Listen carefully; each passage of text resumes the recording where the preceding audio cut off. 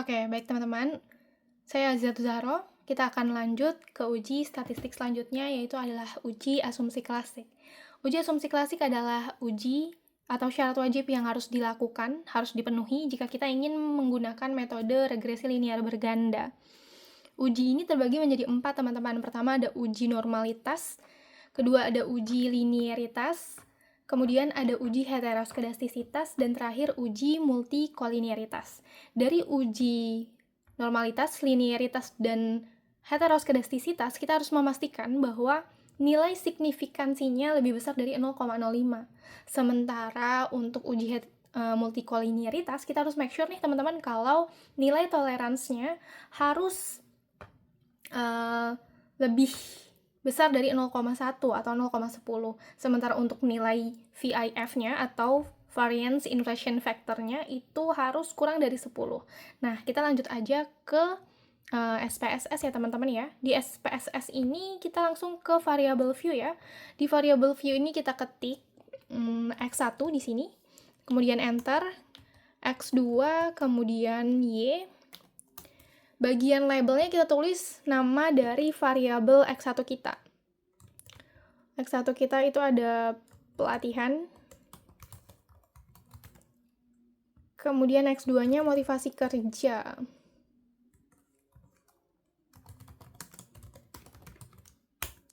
Y-nya adalah kinerja karyawan. Nah, di bagian measure ini kita ubah ke scale untuk variabel independennya. Yang bagian dependennya kita abaikan saja. Nah, di sini ya, tampilannya akan seperti ini ya, teman-teman. Kemudian kita ke data atau data responden. Ini adalah jawaban dari X1. Ini adalah data yang sudah kita kumpulkan. Kita ambil totalnya aja. Ini total dari X1. Copy. Kemudian kita balik lagi ke data view. Kita paste. Kita paste di sini.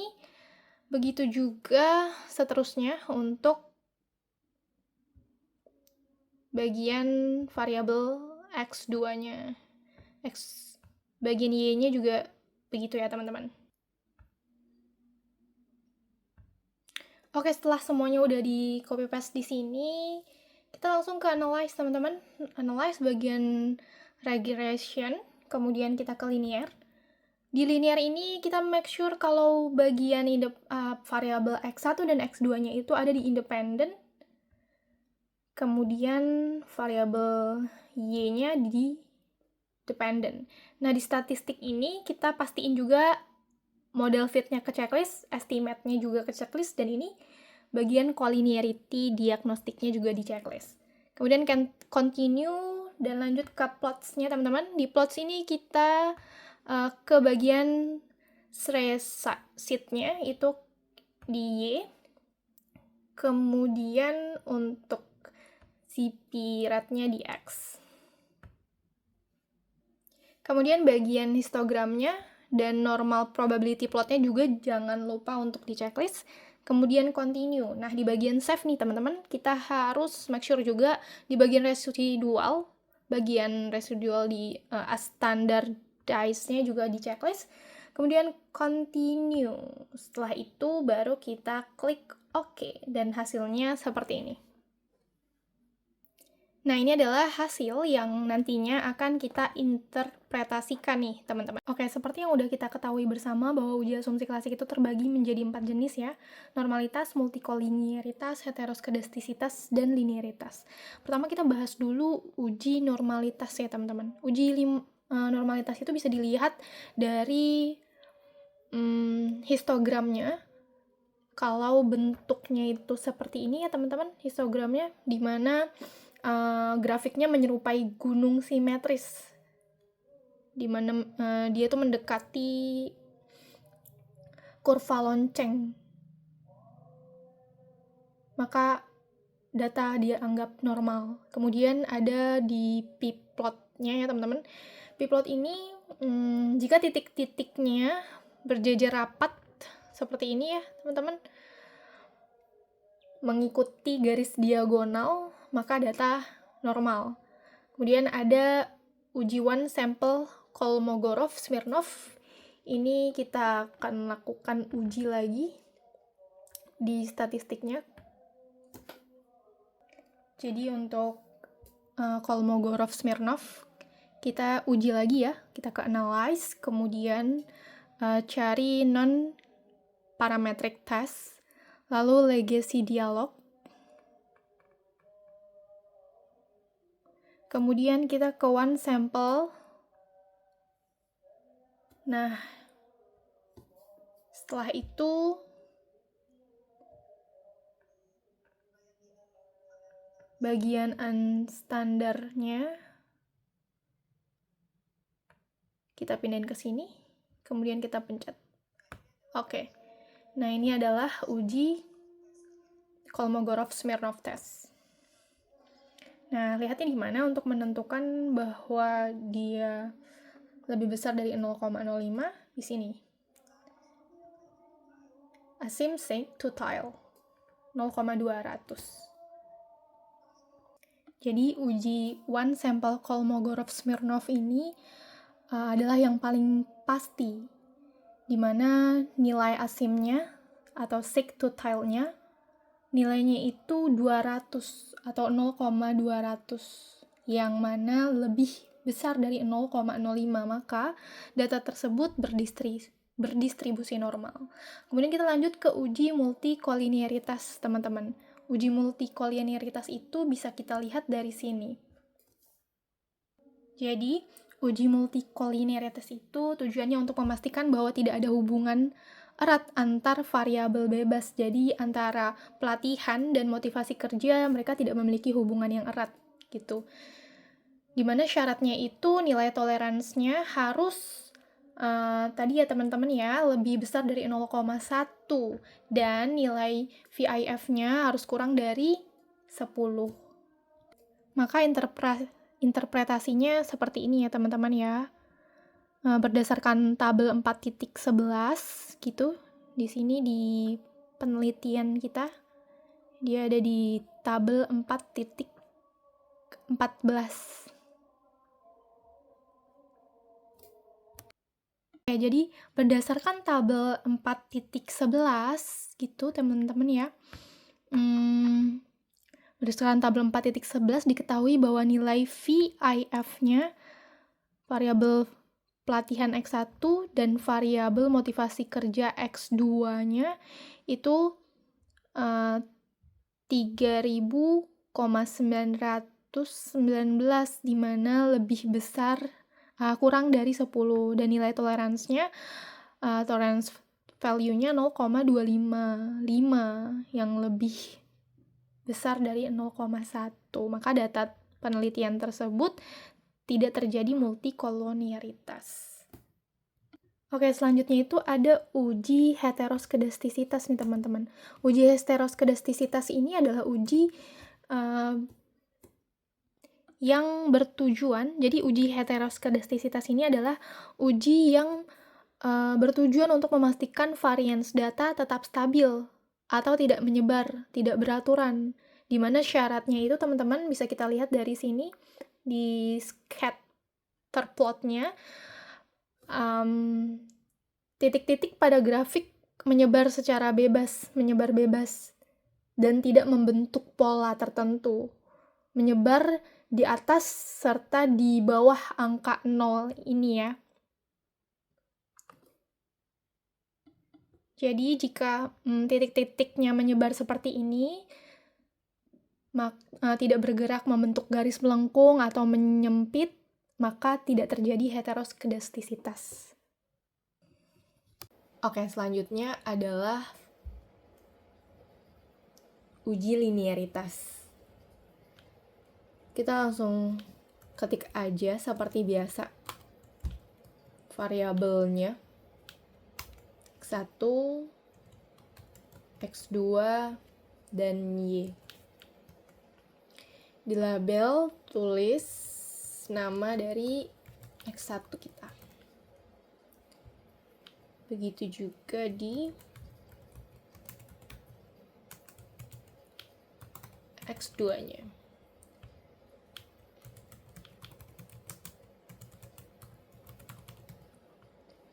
Kita ubah semuanya measure di bagian measure ke scale. Setelah itu kita ke data view, tampilannya akan seperti ini. Kita download, kita ambil copy paste datanya seperti biasa juga ya teman-teman. Variabel X1, X2, dan Y. Untuk 36 responden, ini bagian total dari jawaban respondennya aja ya.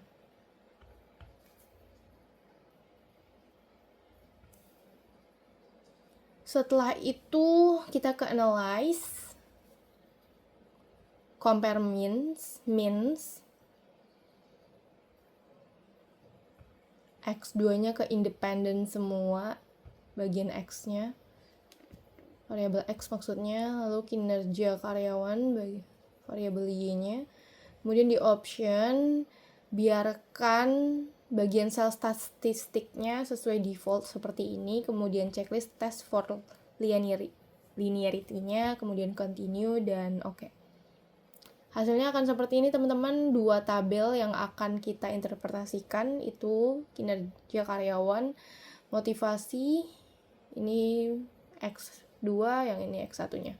Nah, di sini yang akan kita lihat adalah bagian sig-nya ya teman-teman. Kita harus make sure kalau sig-nya itu lebih besar dari 0,05. Ini 0,3 ya, jadi lebih besar. Bagaimana dengan X2-nya? Wah, ternyata X2-nya kurang dari 0,05. Jangan panik dulu nih kalau kayak gini teman-teman. Caranya adalah kita balik lagi ke variabel ke statistik, control new,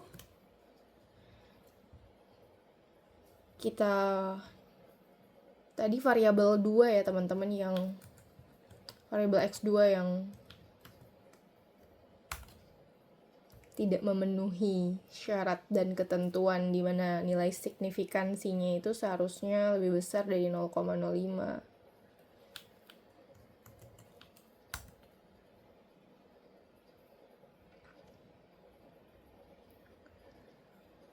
Kita ke sini lagi.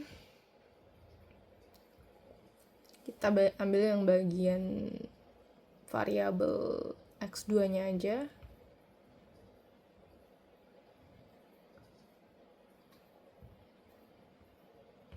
Copy paste seperti biasa ya.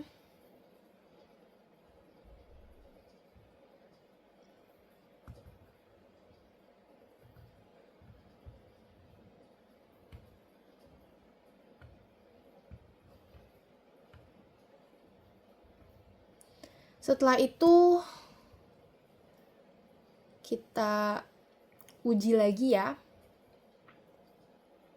Compare means, X2 ke independent, Y-nya ke dependent. Optionnya seperti ini, test for linearity, continue. Oke. Ini bagiannya, hasilnya seperti ini ya teman-teman ya, masih kurang dari 0,05.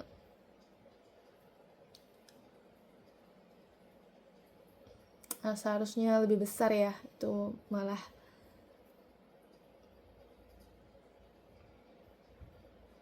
Kemudian kita ke sini ya teman-teman ya, caranya adalah kita harus cari variabel residual satunya. Kita harus buat dulu untuk mengatasi agar signifikansinya itu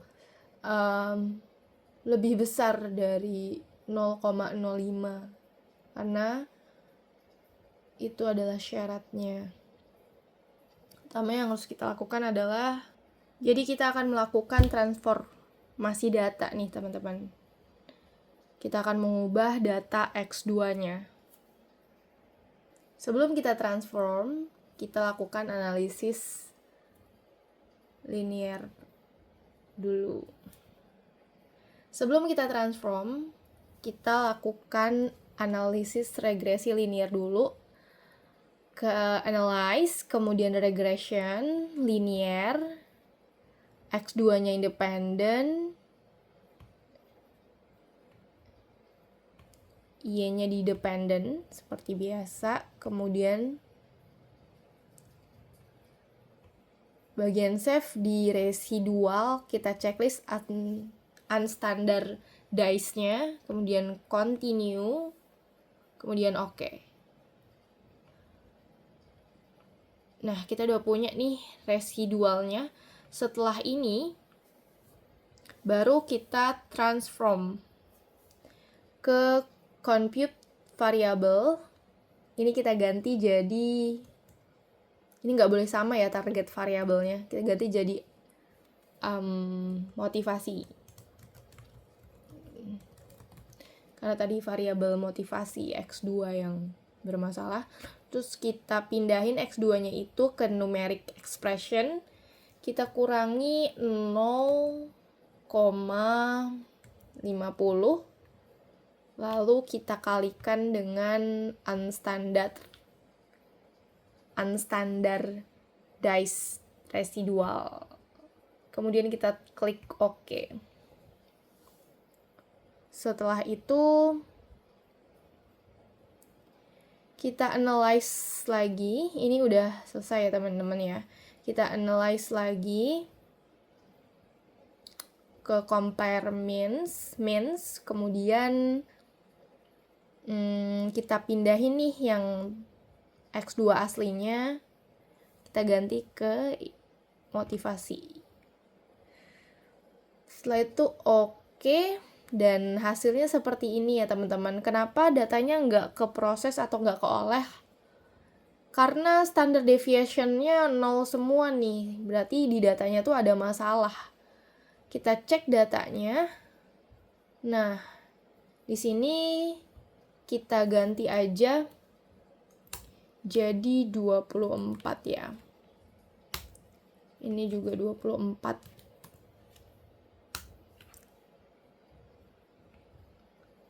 Desimalnya kita ubah ke 0 aja.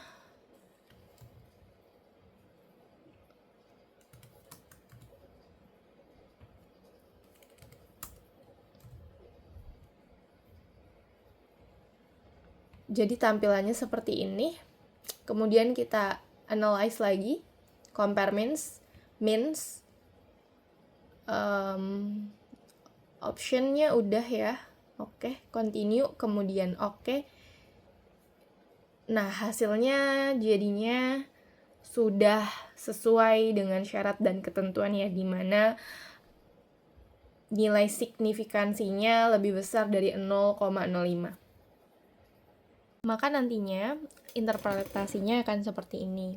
Pada tabel 4.9 hasil uji linearitas diperoleh nilai signifikansi pada deviation from linearity sebesar 0,335, di mana nilai ini lebih besar dari 0,05, yang berarti hubungan antara variabel pelatihan dan kinerja karyawan bersifat linear. Karena itu, data tersebut telah memenuhi syarat untuk dilakukan analisis regresi linear. Begitu juga dengan variabel X2-nya, kurang lebih sama cara interpretasinya. Selanjutnya adalah uji heteroskedastisitas ya teman-teman. Seperti biasa, kita ke variabel view, kemudian kita tulis X1, X2, dan Y. Kemudian kembali lagi ke data view, kita input semua data hasil responden, jawaban respondennya, semua totalnya ya, total X1, X2, dan Y. Seperti ini ya teman-teman. Kemudian kita klik analyze, kemudian kita pilih regression linear. Kita pindahkan X1 dan X2-nya ke independent. kemudian Y ke independen.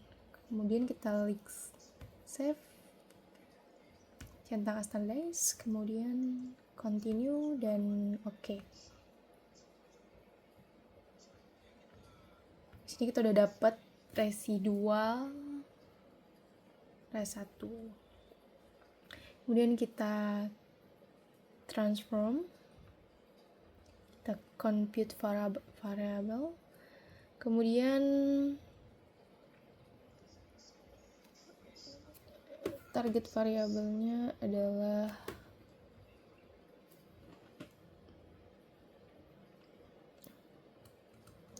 kita tulis ABS res untuk variabel baru.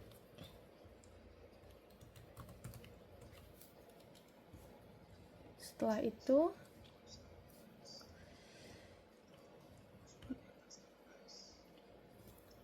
kita tulis di sini ABS,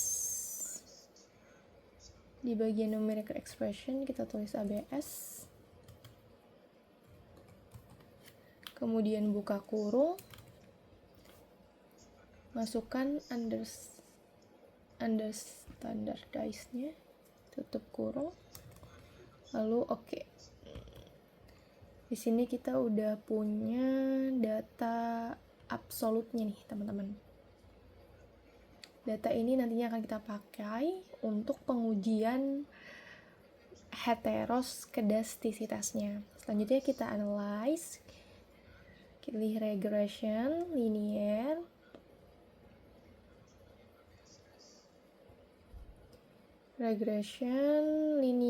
kemudian kita pindahkan yang Y-nya,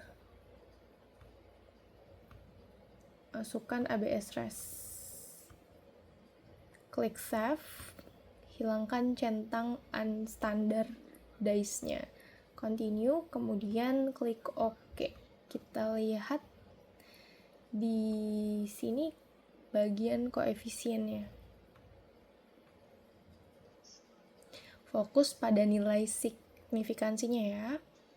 Jadi kalau nilai signifikansinya lebih besar dari 0,05 maka tidak terjadi heteroskedastisitas. Dan hasil interpretasinya kurang lebih seperti ini ya teman-teman, berdasarkan hasil analisis pada tabel 4.10 dari output SPSS yang sudah kita teliti bersama, diketahui nilai signifikansi variabel pelatihan X1 sebesar 0,462 dari sini ya. Kemudian X2 sebesar 0,782, di mana nilai signifikansi pada variabel pelatihan dan motivasi kerja lebih besar dari 0,05, maka secara keseluruhan dapat disimpulkan bahwa dalam model regresi ini tidak terjadi gejala heteroskedastisitas.